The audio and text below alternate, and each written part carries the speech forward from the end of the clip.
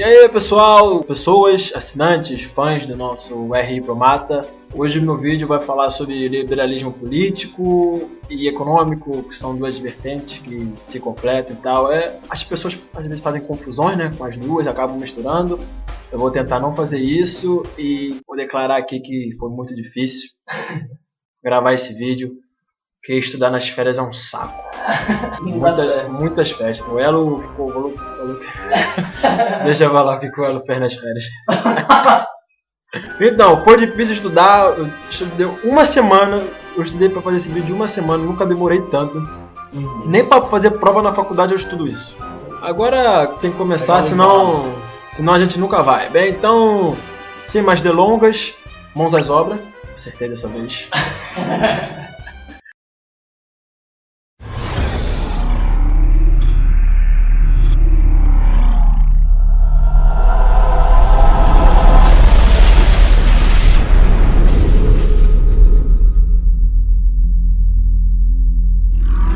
Bem, vamos começar pelo liberalismo político, né?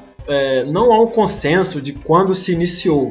Há textos que dizem que começou com o fim do feudalismo, tem gente que acredita mais com Locke, tem gente que acredita mais com Rousseau, como meu amigo Elo aqui. Não tem esse consenso exato. Tem um consenso de quando ele ganhou força, que foi graças ao liberalismo político, com Adam Smith no século XVIII? Século XVIII, né? Mas mais pra frente eu falo dele, agora focar no político.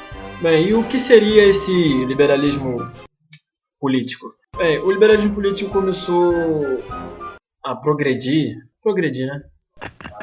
Progredir não. O liberalismo político começou a se expandir com o desgaste do modelo absolutista, né? Que já não estava agradando a burguesia, que vale ressaltar que o liberalismo político foi criado por burgueses. Eu e meu amigo Elo, catalão, quem não sabe ele é catalão.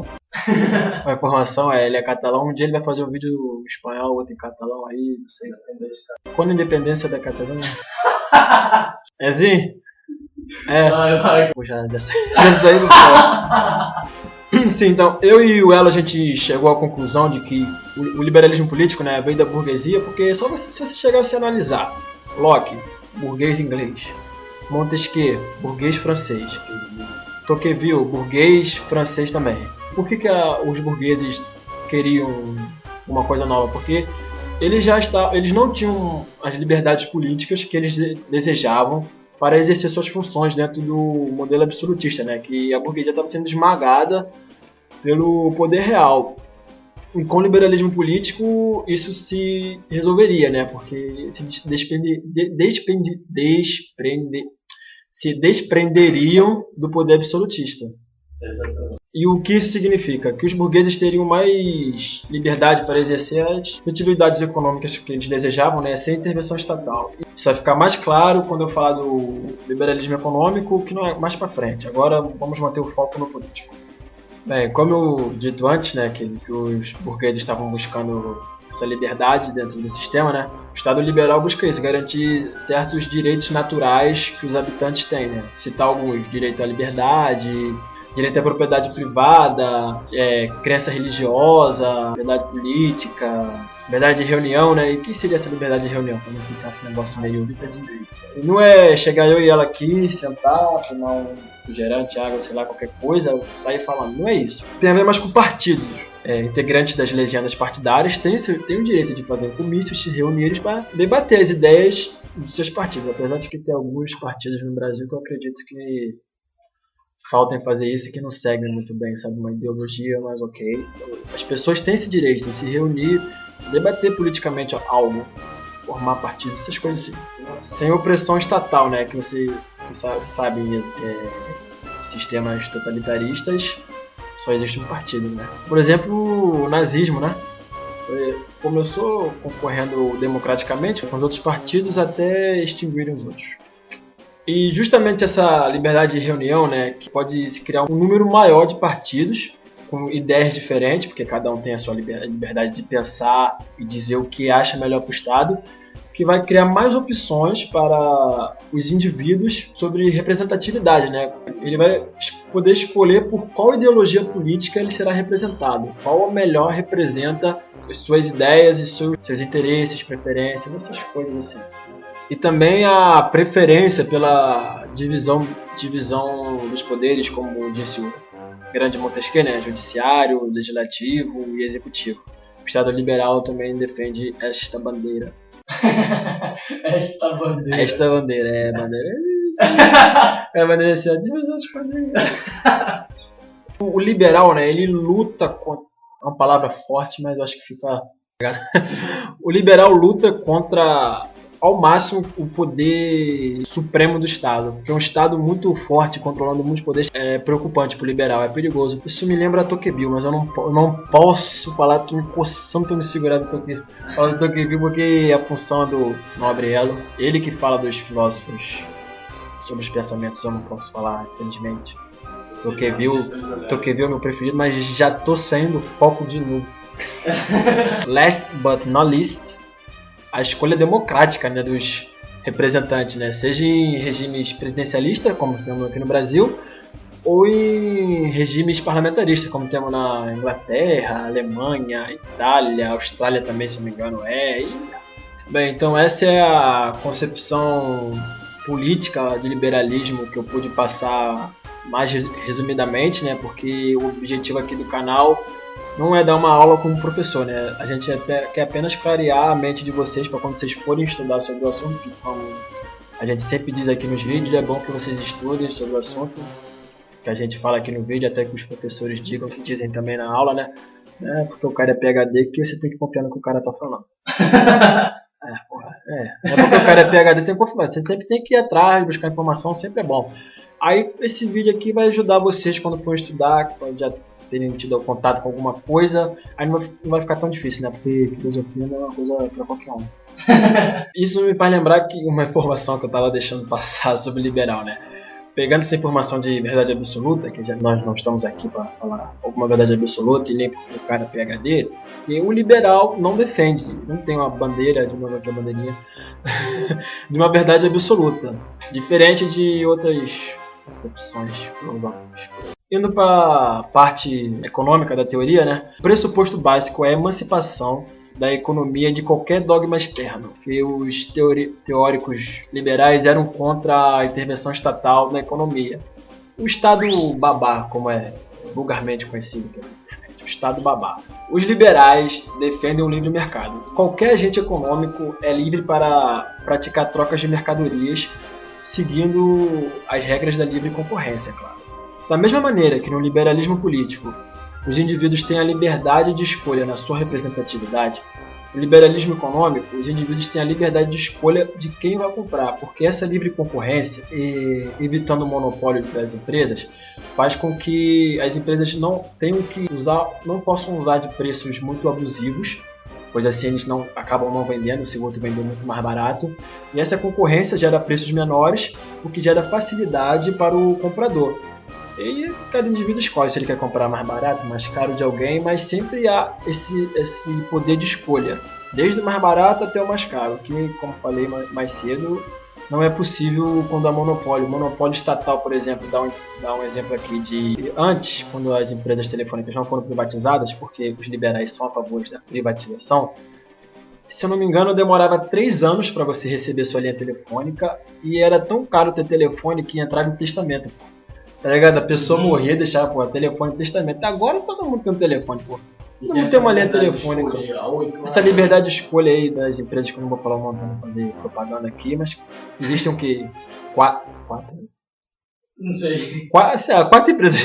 Existem 4 operadoras telefônicas e tal. Essa liberdade de escolha e não é uma coisa muito cara. Que até a telefonia celular ficou mais barata. Hoje em dia você liga, paga 25 centavos, paga 10 centavos só pra ligar. Às vezes nem pagar você paga. Isso tudo é livre concorrência. Bem, agora eu vou fazer uma coisa que eu não deveria fazer, né? Citar aqui um pouco o Adam Smith, que ele diz que essa livre concorrência acaba gerando um mecanismo para ela mesma se sustentar. Mas ela não precisa de uma intervenção estatal. Ela se autossustenta, essa livre concorrência, certo? Isso é o que significa oferta e procura. A empresa dá a oferta e nós procuramos. Bem, e qual seria o papel do Estado na economia? O Estado teria... Não. Já começou, já. Começou. O Estado teria um papel mais reduzido economicamente. Não teria intervenção na parte do mercado, né? Ele teria que garantir o funcionamento dos bens públicos. E o que são os bens públicos? São todos os bens pertencentes às pessoas jurídicas de direitos públicos, ou seja, a União, município, Distrito Federal, né? E para exemplificar, praças, praias, hospitais públicos, escolas públicas, aeroportos, todos esses são bens públicos. Todos esses são bens públicos. Todos esses são bens... Porra! Todos... Esse diretor é um brincalhão. Esse diretor é um brincalhão, cara. Esse diretor é um brincalhão. Eu quero que apareça só falando que o diretor é um brincalhão. São todos bens públicos. Todos estes são bens públicos, cara. Aí, valeu, diretor. Todos esses são exemplos de bens públicos. O liberalismo clássico voltou a ter destaque no século XX graças a economistas de destaque, em especial, na minha opinião, Milton Friedman, que foi conselheiro de muitos presidentes dos Estados Unidos, Nixon, por exemplo. Ele foi conselheiro do Nixon no primeiro mandato. Ele nunca quis um cargo político. Apesar de ser consultado, ele nunca pediu nenhum cargo político e tal. E eu recomendo um vídeo dele falando sobre alguns conceitos do liberalismo econômico, que o Elo, diretor, editor aqui, que faz a mágica toda, faz tudo ficar bonito, faz até eu ficar bonito aqui no vídeo. Vai botar na descrição, um vídeo de 2 minutinhos, rapidinho. Eu recomendo realmente, vale muito a pena assistir. Eu quero que vocês todos assistam, vale a pena. Trazendo as concepções para a atualidade, né, fácil ver que tá na moda ser liberal. Por que tá na moda ser liberal? Porque o governo não é amante das teorias liberais e todo mundo gosta de ser contra o governo. E aí você pode pensar, o governo é PT, é de esquerda e tal, então liberal de direita. Há uma discussão interessante sobre qual é o lugar do liberal. Principalmente na internet, liberal é de direita ou de esquerda. Bem, eu conheço gente que se considera liberal, mas que tem mais afinidades com as políticas de esquerda, assim também como liberal que tem mais afinidade com a política de direita. Falando de direita, eu quero fazer um comentário aqui sobre se declarar ser de direita nesse país. É um xingamento, pô. É pior do que xingar a mãe. É pior do que xingar a mãe de alguém. Porque é a mesma coisa que alguém declarar que é ateu, agnóstico, declarar que é de direita é preconceituoso. A direita no Brasil é associada com a ditadura militar. Então por isso que há esse preconceito e tal. Mas sendo que, uma coisa interessante, que a mesma pessoa que condena a ditadura militar no Brasil é a mesma pessoa que apoia a ditadura militar em Cuba. Então isso aí, sabe, eu comecei sem entender isso aí. Eu não apoio ditadura nenhuma, vai ressaltar que senão vão falar, direita, puta, militar e tal. Não apoio ditadura. Mas é só isso que eu queria entender. Se alguém condena a ditadura militar no Brasil, por que apoia a ditadura militar em Cuba, né? Esse breve comentário aí também. E sobre os intelectuais de direita e intelectual de esquerda. É muito mais fácil você ser um intelectual da maioria. Você nem precisa estudar tanto. É por isso que eu considero o intelectual de direita mais inteligente, porque ele tem que estudar mais sobre o assunto para ele buscar mais argumentos para debater, né? Porque você é minoria, pô. Você tá na minoria é uma merda. A maioria sempre é merda. O cara na esquerda não, até ficar lá assim, tranquilão. Eu tô na maioria é mais fácil. Eu estudo um negócio assim, ó, por base e tal, tem mais gente para discutir comigo, a população é mais fácil.